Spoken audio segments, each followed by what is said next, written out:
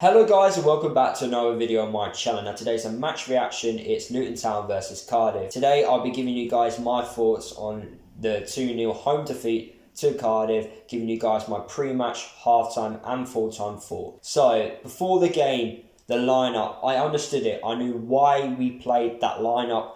We needed to match Cardiff because of their physical presence, which they have. You know, they dominate set pieces. Last time we played against Cardiff, they scored 3 of their goals from set pieces. And they even scored one of their goals in this game from a set piece. You know, they're very good at set pieces. They're one of the best in the league. I think pretty much every player in that Cardiff team is over 6 foot. So they are very hard to compete against and they have that physical style of play. So I completely understood why Luton played that lineup. We needed to be physical. We needed to match them. And I felt for majority of the game we did. So my first half thoughts were, you know, the first 15 minutes, it was pretty much all Cardiff. But then we overcome that threat which they gave. And we've done that quite a lot this season where we started off slowly, but we've managed to overcome it and then get back into the game and grow as the half obviously continues. And we did exactly that against Cardiff. After that 15-minute spell, which they had at the start of the half, we grew into the game and got better and we started creating chances for ourselves. We should have scored in that first half. James Collins from 2 yards out, I don't know how he's missed it. You know, he needs to get it on target. You know, if he scores that, I feel like the game's different, completely different in fact. Danny Hilton also had a chance from a free kick. I thought Hilton done okay. I didn't think he was terrible.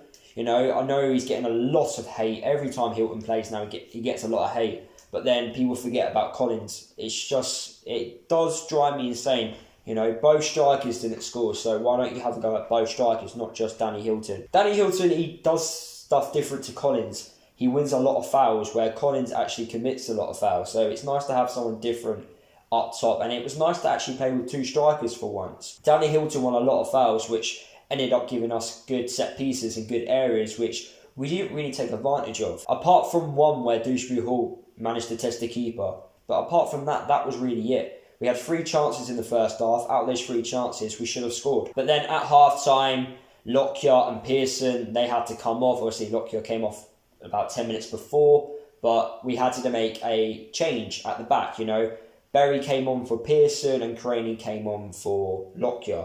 Now, what we should have done at half-time, now I know it's quite easy to say that now, but we should have changed our tactical approach. We went physical in the first half against them, we matched them. But because of our 2 players coming off, who were 2 physical players, 2 defenders, I felt we had to change to a more attacking approach and to a style which suits us the best, which is playing the ball on the ground and try and just break down that Cardiff City defence. We didn't really do that, which was a shame, to be fair, in the second half.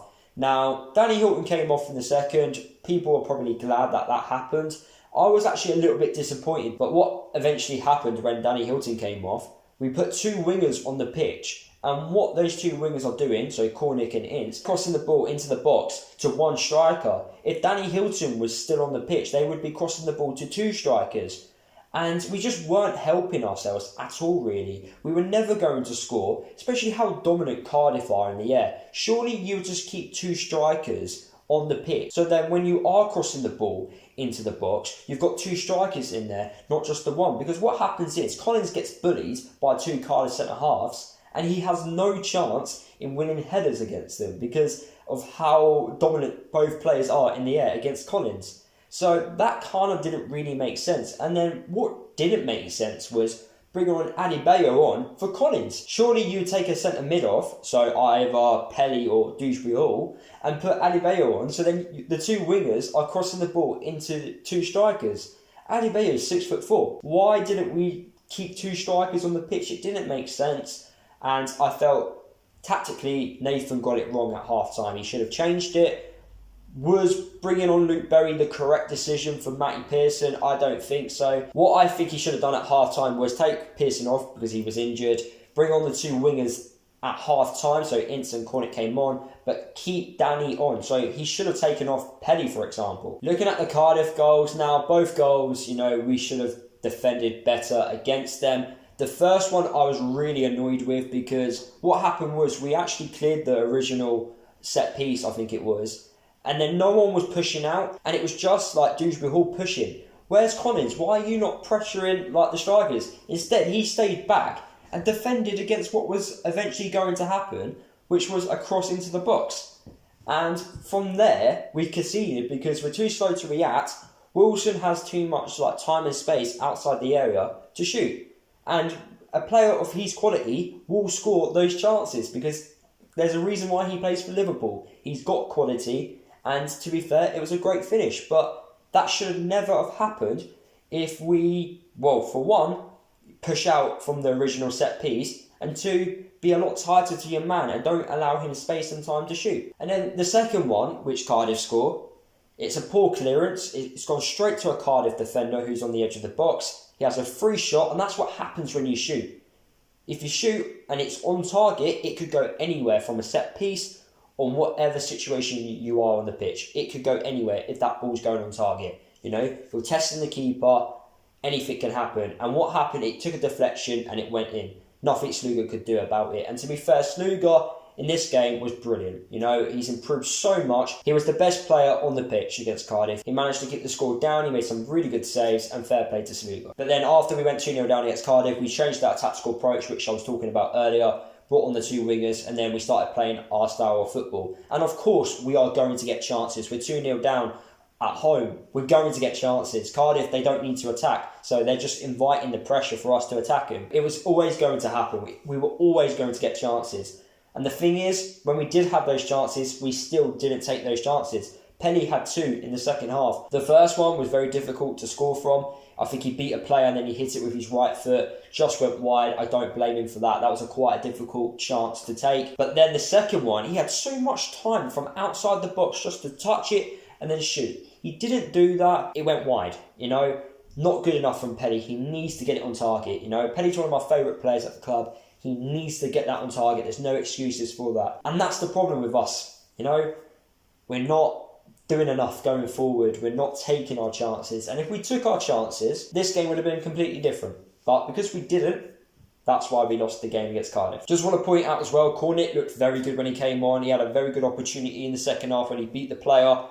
Cut inside, but it was a very good block, to be fair, by the Cardiff defender. But that could have easily been a goal. So we definitely got into those attacking positions. We just didn't take our chances, and that has been the story of our season, and it has been a regular occurrence, especially in the last few weeks with us. I've said it plenty of times on my channel that Luton, we just don't know how to take chances, and we are struggling to score goals.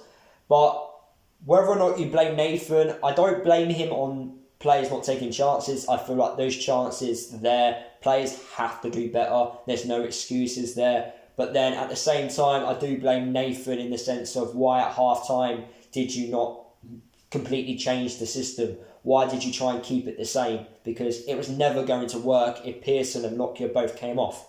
It was never going to work because two of your defenders who are physical, who are dominant in the air, have come off. So you might as well just change it so we are playing a more attacking approach, and maybe the second half could have been different. I don't know. It's obviously easy to say that now, after the game, but who knows what could have happened at half-time if Nathan changed it to a more attacking style. We kept the two strikers on the pitch. We have two wingers. We're playing a 4-4-2. And yeah, we go from there. The one player which surprised me in the game, I don't know if he's just tired because of all the good performances he's done since the season started, but Dewsbury Hall wasn't the best against Cardiff, probably his worst performance of the season. I'm not going to obviously criticise that too much because he's been brilliant this year, so hopefully in the next game against Stoke, he's back to his best. Hopefully we improve on our performance. Stoke play the ball on the floor. They play an attacking style of play, which suits us the best. So fingers crossed we play that style of play against Stoke and it being more of a competitive game in the sense of going forward for us. Because as with Cardiff, I'm not disrespecting them. They find their style, their physical style. It works for them and fair play. You do what works for you, which is their physical style of play, All their players are over 6 foot, so you expect them to do that style of play. Whereas with us, we expect to play a more, attacking style of play, which means the ball is most of the time on the floor. So hopefully we bring that back for the game against Stoke and give them a very good game. We normally do better against teams who like to play football on the ground. So fingers crossed we can get something away to Stoke, but it's going to be hard. So there you have it, guys. That is the end of the video. Hopefully you guys did enjoy my match reaction. I try and keep it positive as possible, but it's very hard when you've just lost. You know, it's hard to turn a negative into a positive, but we're mid-table. I think at this moment in time of recording the video, we're still 9 points away from the relegation places. That could change tonight. There are games being played, so I don't know where we could be after tonight's games, but fingers crossed we're still around the mid-table places. And yeah, you know, let's hope we could beat Stoke on the weekend. Comment below your thoughts about the performance against Cardiff. Subscribe to the channel if you are new. Don't forget to follow me across all my social media if you haven't done already. And I'll see you guys in the next video.